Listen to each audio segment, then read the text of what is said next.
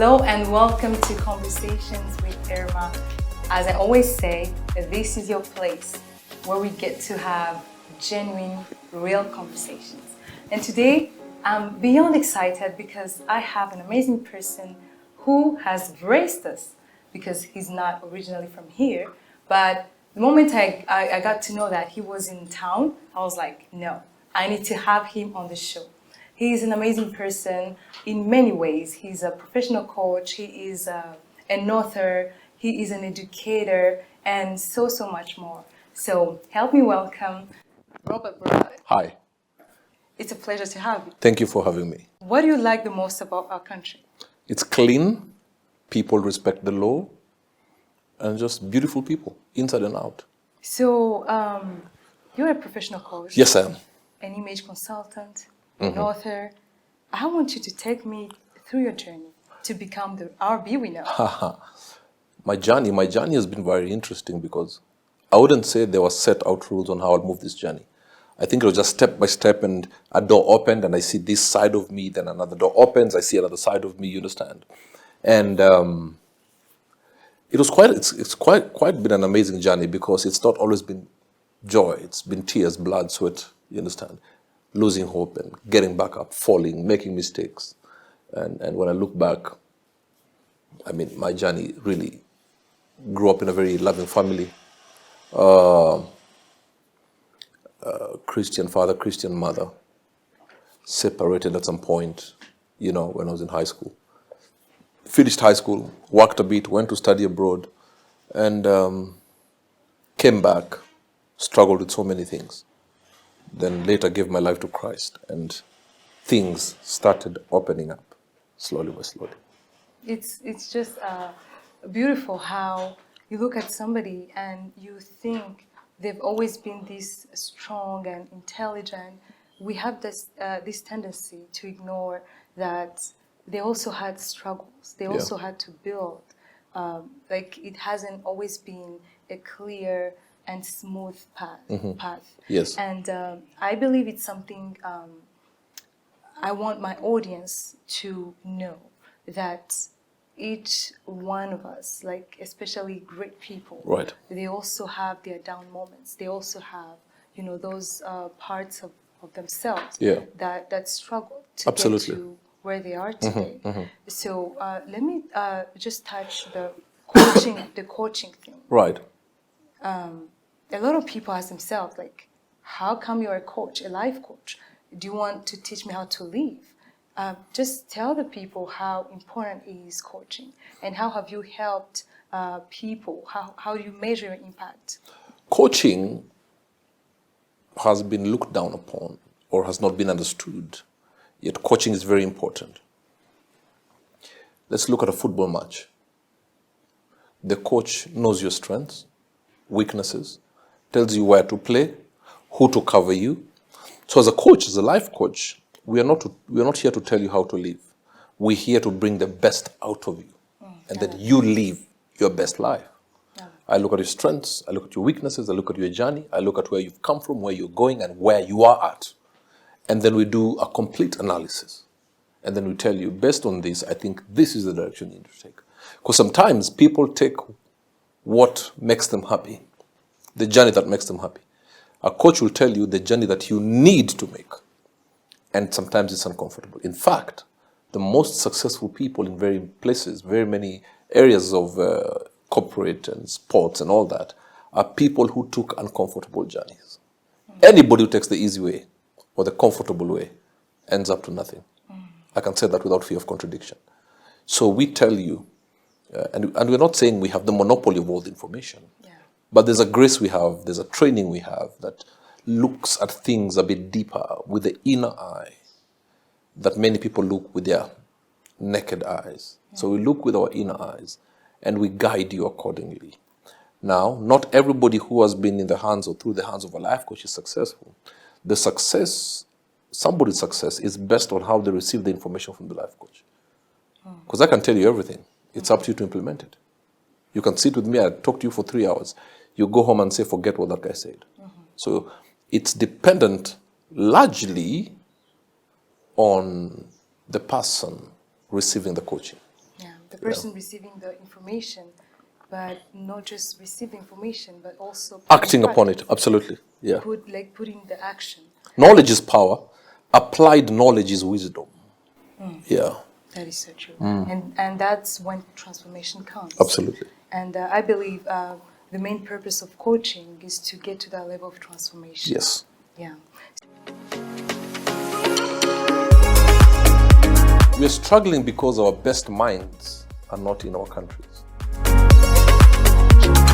Talking about building Africa, transforming Africa, we can see that we still have challenges, especially young people. They're struggling with, getting their jobs.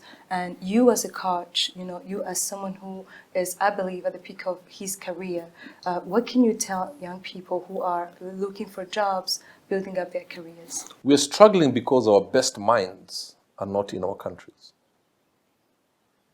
The best of some countries, the best brains have gone for greener pastures.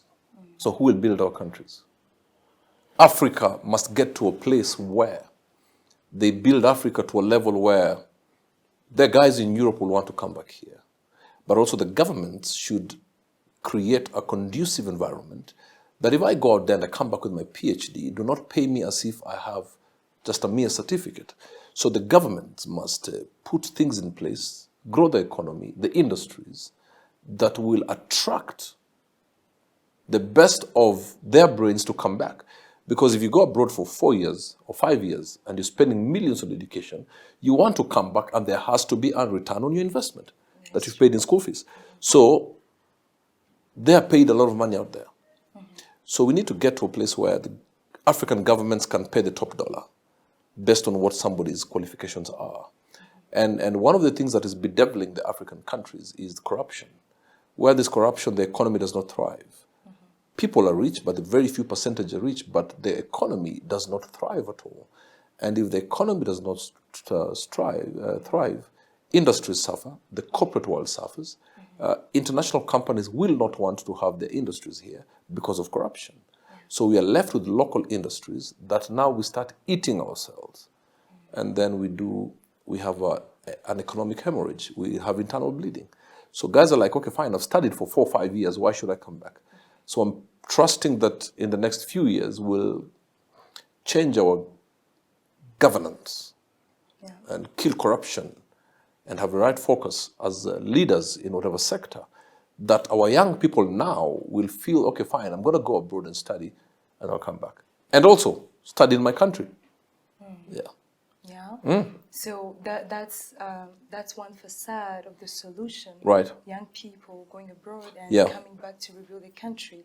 But how about the young people who are on the continent? Right. Who are in Rwanda, who are in Kenya? I think what we need to do is stop feeling sorry for ourselves. That's one of the major Achilles heels. We are feeling sorry for ourselves. Oh, we're in Africa. Nothing good can come out of Africa. Who said that? Who said that? So we just need also to take care of the people who are here. We have to see companies brave enough to employ these young people in very powerful positions. You may have the qualifications, but the cultural mindset will say you're too young to be in this position. How can you be older than your secretary? How can you be older than the HR director? So we need to kill that mindset and stop thinking about the age, but look at the qualifications and somebody's ability and capability to deliver. But now when you dismiss people because of their age, they get frustrated. You understand? And we need these young people to do the greatest things. When you look at Mark Zuckerberg and all these people who are doing great things, ask yourself when they started. The guy who came up with Zoom did not come up with Zoom because of Corona. No. It was years before Corona. Just had a sharp brain and looked at where the journey, the world is going, and says, okay, fine. If you're in France, somebody else is in Kenya, another one is in Rwanda, and you want to have a meeting, you have no visa, but a decision has to be made on boardroom level. They Zoom. So these young people have foresight. Their minds are so fresh. And if we don't give them a chance, we shall suffer. So look at this Zoom. Corona comes. Zoom held the country, the world together. And the first year of Corona, they said that the revenue of Zoom was much more than 7 airlines combined.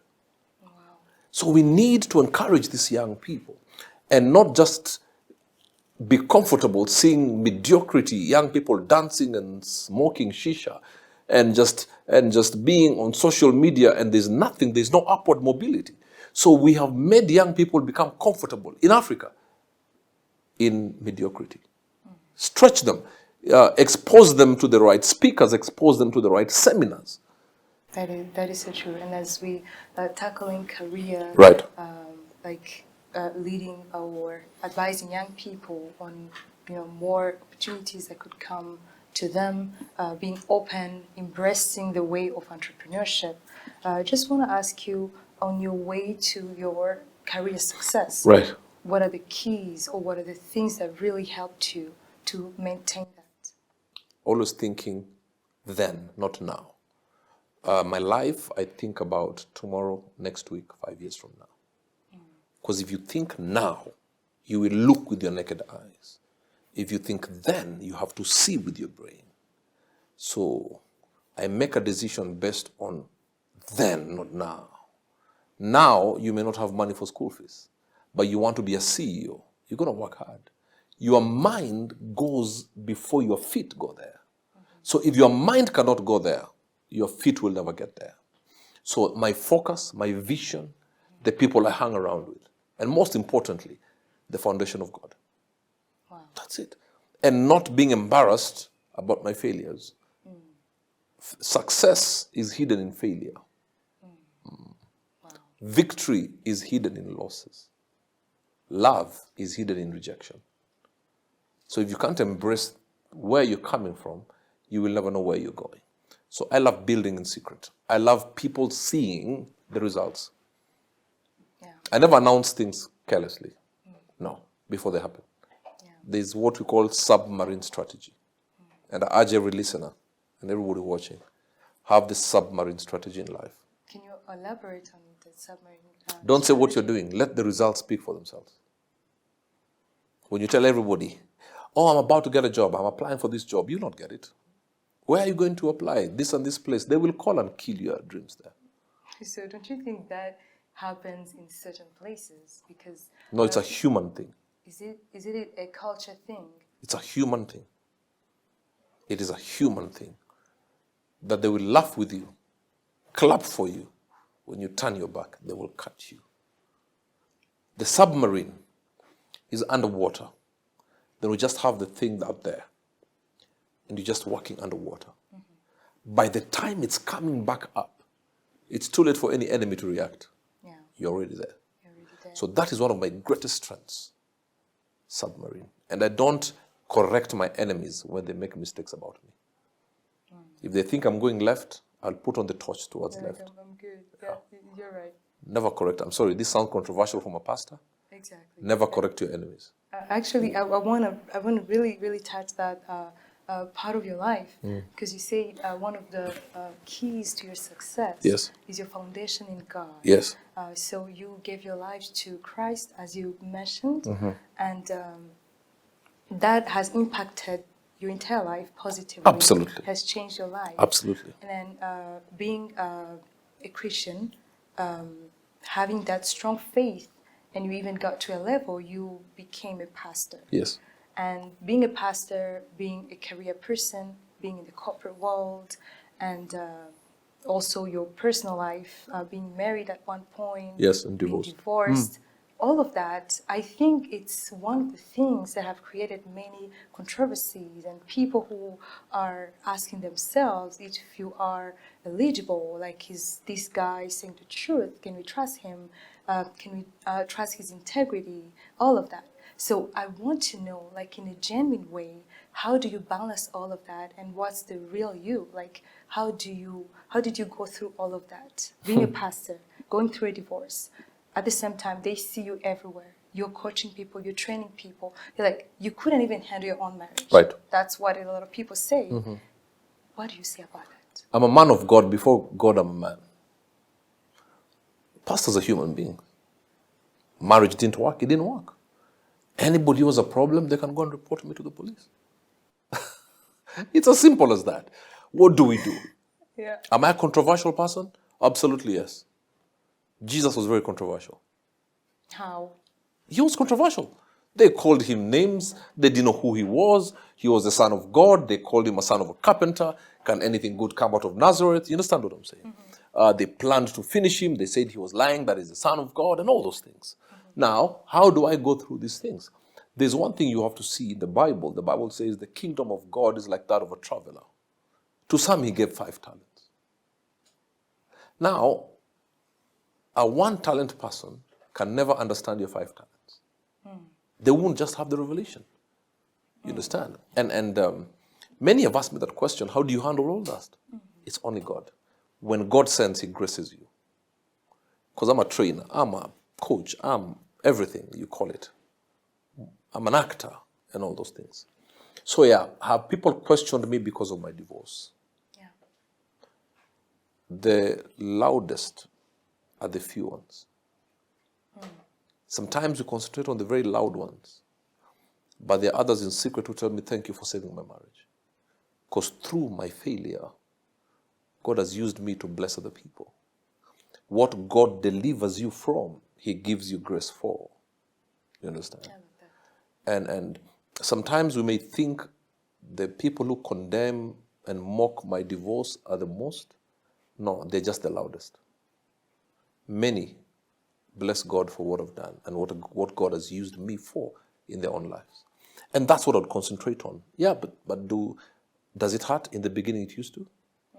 But who is God? He builds you. My Bishop David Moredi says, have a thick skin but a soft heart. So nowadays I laugh about it.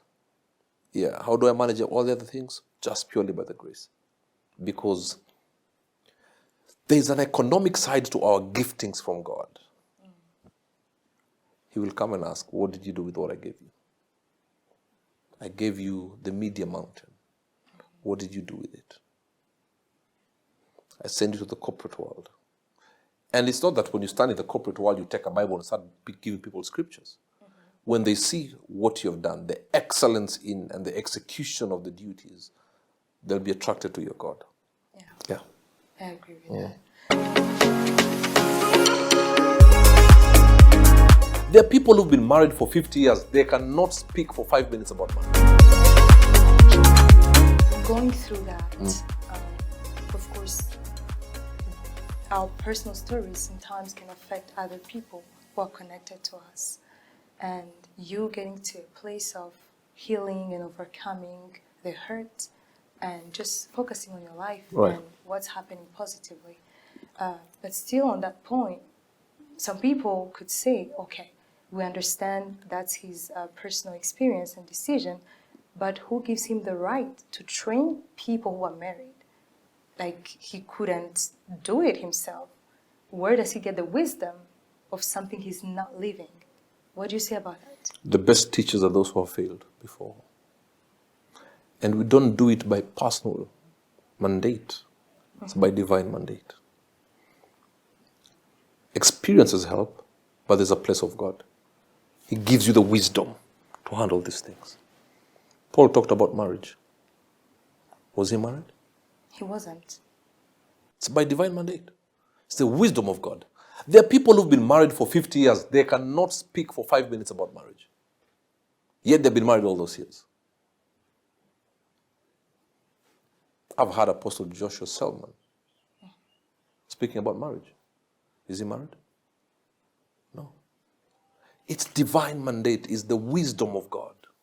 But for me now, it is coupled with the experiences. Now, I can sit with men and tell the men, if you make these mistakes, you will lose your wife.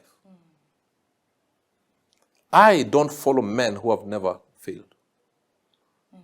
I look up to men and women who have scars. Perfect people I'm allergic to because they're pretenders. Yeah. Humans are not perfect. And remember, you are not called to everybody. There are people, even if I was married for 50 years, who will still never listen to me. So you can, unless you sell ice cream, you cannot please everybody. You understand? Yeah. So there are people who just don't like you. They don't like how dark I am. They don't like my long nose. But it's a very nice one.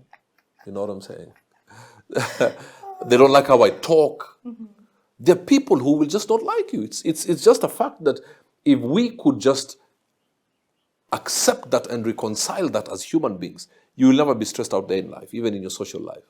Not everybody will like you. And if everybody likes you, half of them are pretending. You have to be careful. Yeah. Yeah.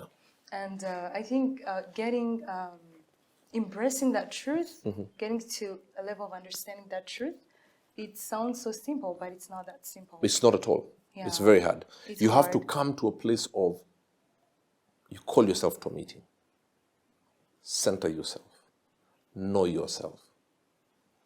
And then move on. It cannot be from head knowledge. It's an inside job. Identity is an inside job. Always remember that. Identity is an inside job. Wow. If you don't have that, you will be stressed. Why don't they like me? Why are they saying this about me on social media? Do you know sometimes I go to my social media and I listen to what people are saying, some people are saying about me, and I just laugh. It doesn't affect you? No. So no negative comment has ever affected you? No. It took me 3 years to build this. Wow. 3 years. I would lock myself in the room. I don't want to see anybody. What? Now?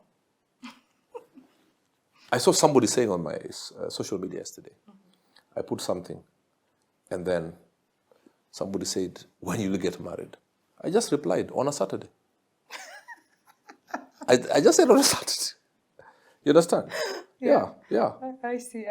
Like at some point you just realize, okay, why am I doing what I'm doing? Yes. And then you just focus on that, on And, purpose. sorry to interrupt you. Some people are insulting you because they are standing outside Java and they have the Wi-Fi password. They just have access to free password. You understand? Some people just will do that because they're dealing with their own insecurities. Yeah. And they're projecting the Yes, insecurities on you. but then there's also what we call constructive criticism. Take what is constructive. Use it to your advantage. Use it to make yourself a better person. Not everything on social media is bad. Yeah. Yeah, I see that. Yeah. I think you're making sense. And I try to make sense most of my time. yeah. And I think young people struggle more when it comes to criticism, like negative comments. Some of them even take their lives, just Yes. because they don't like them. They're willing to do something that is not even worth it just to be liked. So I believe they should really get to that place and understand, why do you do what you're doing, and just focus on that. Just, But the sad thing, lady, there's nobody talking to them. When we were growing up, it was easier. Facebook wasn't there. Instagram wasn't there. Now we see celebrities getting a child. On day one, they open an Instagram account for that child. yeah. And then they reply the next day. Who was replying those messages? It is just you feeding your ego. The parents. Yeah.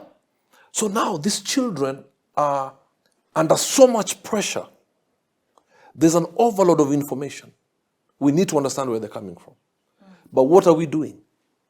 Let me speak to parents. Which camera can I look at? Most parents, all you're doing to keep your children busy, you're buying for them gadgets, giving them the fastest network, Wi-Fi, and then telling them, please go watch something on your iPad. I am busy watching a Mexican soap. So when they go on this place, they see, wow, somebody has 50,000 likes and I have 5. So people like that person more than me. These gadgets are raising our children. Gone are the days where the village will raise your children. Whereby if I find your child being naughty out there, I would pinch your child and bring her to your door and you help me pinching your child. Now if I pinch your child for misbehaving, you will hold your hands and do yourself and tell me you're going to sue me. So there's an overload of information. And sadly, this is going to be sad, and I know I'm going to rub some people the wrong way. When we call for youth seminars, what do? We give them what they want. Loud music, dance, go home. Not transformation. There's a place for entertainment, yes. But honestly, they cannot come out and all they go back with is backaches because they've been jumping up and down and sweating. They have to be stretched up here. But what do you look at most of the youth seminars? Bring all the musicians. Jump. hey, holding microphones like an American rapper. And then what happens to the children? They just say, oh, it was lit. Did you see the way they were dancing? And and that's it. But we need to cultivate something in them that they will sit with notes, a notepad and a pen and say, these are the steps. Speak to them at their level. You're talking to 14-year-olds. Speak to them at their level, but serious stuff. But what are 14-year-olds doing right now? Speaking broken English to excite the masses. And then we as speakers, when you go to meet them, to speak to them, we're also speaking the broken English to excite them. When I go to speak to the young people, I use even the biggest English words. You have to pull them to a higher place. That's what they're doing in Europe. That's what they're doing in Japan.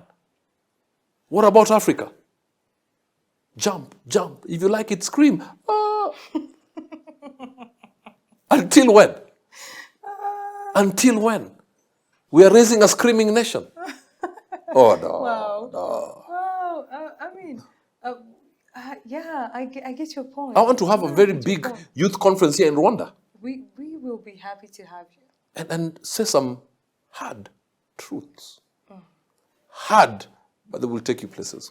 Yes, there is, and then there is something, some things even when you take in medicine, it's bitter, but it helps you, like it heals you. By the way, let me give you something I learned. Anything that tastes good in your mouth is bad for your body. Anything. Sugar is bad for your body. Anything that tastes bitter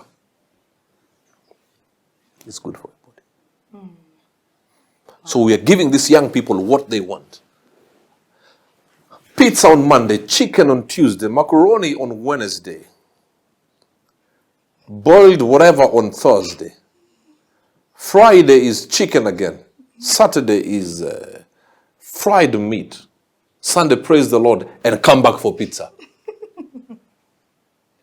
And at 40, they'll spend more money, most of their money in hospitals and not the workplace.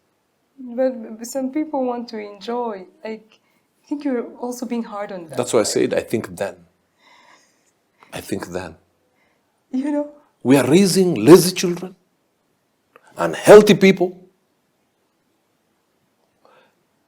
But there's also no way we can use the old ways, to raise kids now. Like, then they're not gonna work. Why are you successful? Why are you successful?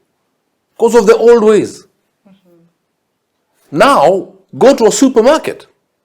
You see a young child arguing with a mother. Yeah, it's just bad. Try that with me.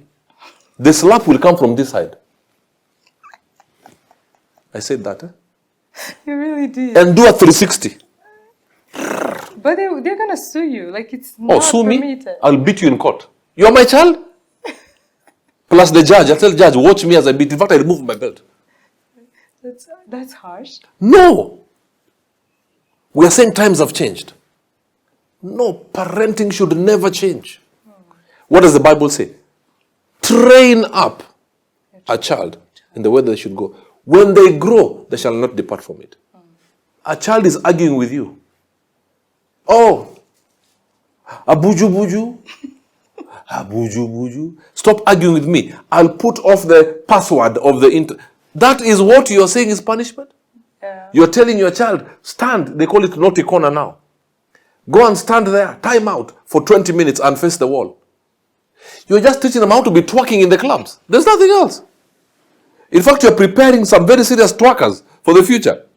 All these clubs are waiting for all these people who are being given time out. Oh, goodness. Punishment now. I will take your phone. Yeah. I will put off the Wi-Fi. Yeah. Face the wall. That is punishment now. You won't go to swim. You won't go to the pool. That is punishment now. Yeah.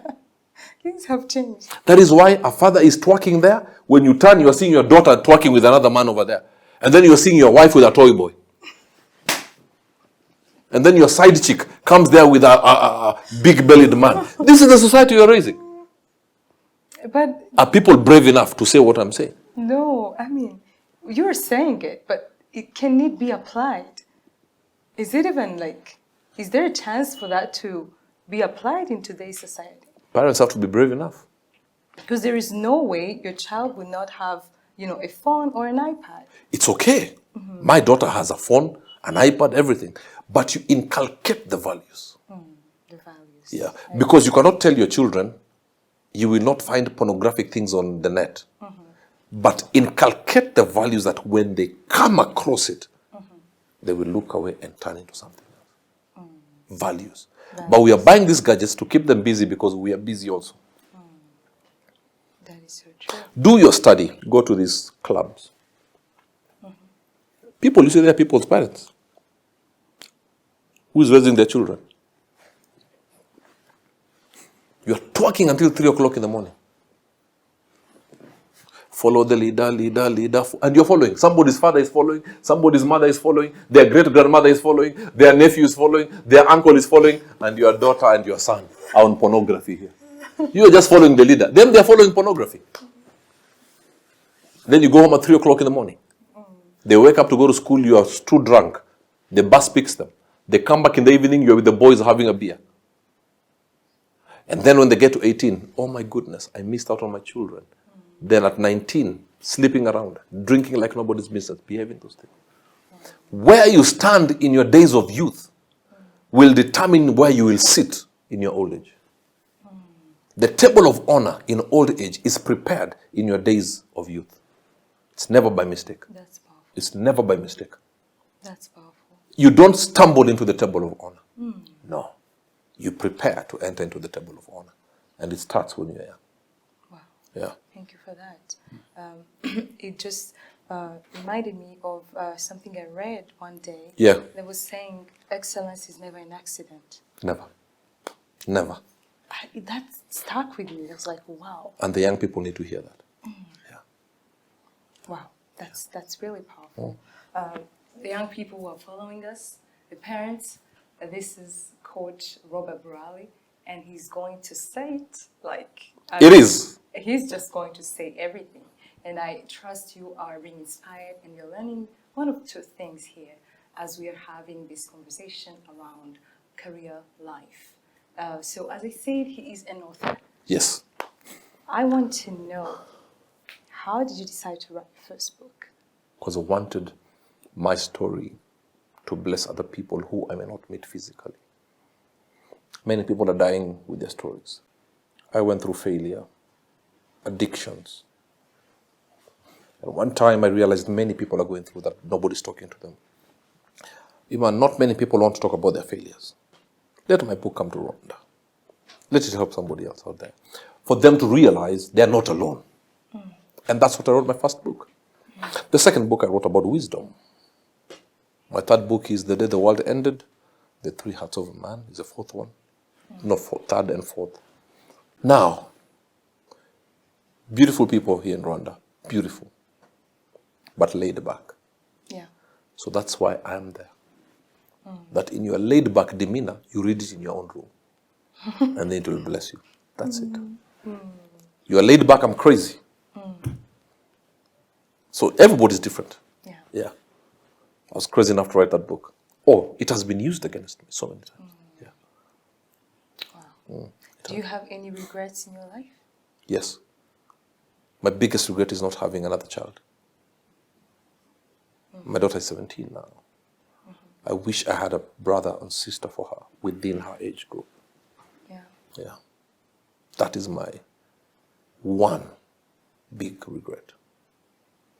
Is there anything you can change Actually, about huge. it? Sadly, no. She's 17 already. I wish she had a sibling 2-3 years within her age. Oh, the difference. Yeah. Oh, I see. Yeah. That for me is, it keeps me awake at night. But sadly, the time has gone. Yeah. Yeah. And do you have failures that you would love to share with people so that they can learn from? Every success I have is on the foundation of a failure. Every. If there's any semblance of success you see in me, as a speaker, as a coach, is on the foundation of failure. Does it mean you tried first and it didn't work and you kept on trying? That's it. That's it. Simple as that. You give up on your first time, other people have tried over and over again, and they succeed. You give up at 40, somebody succeeds at 70. Yeah. Wow. Many failures, to be honest with you. Many. And what are you proud of? that there's a human being that calls me father. Yeah. That I'm a father to this beautiful girl. No, she has never called me father. She calls me dad. That somebody calls me dad. And it's just not because it sounds good. It reminds me of my responsibility. Yeah. Keeps me. And my daughter is very strong-willed. She can call me and discuss and say, Dad, no, I don't agree. I want it this way, you know. Yeah. It's a beautiful challenge. Yeah. Yeah. And if you had an opportunity to share one message to the entire world, what would be the message?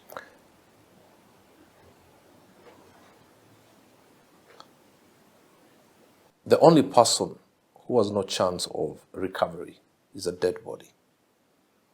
Never laugh at anybody who is down. Their time is coming. Yeah. Wow. Don't laugh at anybody who's down. No. I may be down now and you're at your moment of glory. Don't laugh. Because I have to go down to spring up. In my moment of glory, it will be so high that you'll have to look at me like this. So don't look down upon somebody. If you don't look down upon somebody, when they're above you, you look at them with pride. If you look down upon somebody when they're above you, you look at them with shame and regret. Wow. Yeah. Well, and that brings us to the end of the conversation with Robert BURALE from Kenya. It was such a pleasure having him. Thank I you. hope to have you again. Thank you. And I pray that this show will get bigger and better. And I pray that on this side, you'll interview great men and great women from across the globe in Jesus' name. Amen. I receive that. Thank you very much for your time. Thank you. It's a pleasure having you. Let me tell you something. Can I say something about the Rwandese people? Please, go ahead. Guys, these are the most loving people. Thank you. Very loving people. And then I was training somewhere today and they thought some people said I look like a Rwandese. Yes, you do. Tall, dark, and handsome. Oh my goodness. Are you single and searching? Keep your eyes open, keep your ears on the ground. It's a yes. Somebody send me a message here.